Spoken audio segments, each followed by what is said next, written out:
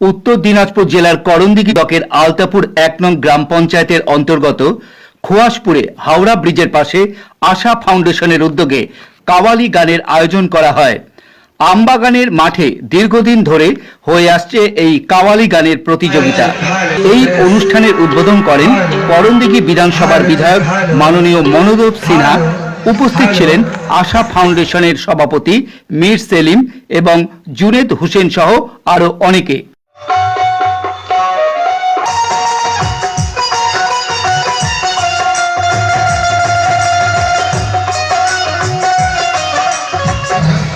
এই অনুষ্ঠানে উপস্থিত আছেন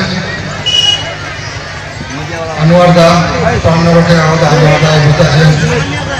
এই পঞ্চায়েত সমিতির এই গ্রাম পঞ্চায়েতের সদস্য সাকিব সাহেব উপস্থিত আছেন। মনোজ সিংহ থেকে শুরু করে জাকির মেম্বার থেকে শুরু করে সলমান থেকে শুরু করে আর যারা সামনে উপস্থিত আছেন প্রত্যেকে সালাম জানাচ্ছি।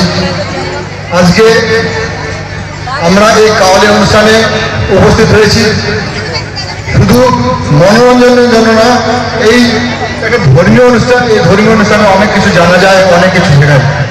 আমরা হয়তো কাওয়ালি কাওয়ালি কথাটা অনেকদিন ধরে শুনে এসছি, অনেকদিন ধরে শুনে এসছি যে কাওয়ালি কাওয়ালির মানেটা কি। সুফি সম্প্রদায়ের মধ্যে ধর্মীয় ভজন বিশেষ বা দরবেশের গান বিশেষ। দরবেশ দরবেশ সকলের সঙ্গে আপনার নিশ্চয়ই পরিচিত। সুফি সম্প্রদায় দরবেশের ধর্মীয় গান বিশেষ। এখানে আমরা যেহেতু ধর্মীয় অনুষ্ঠান,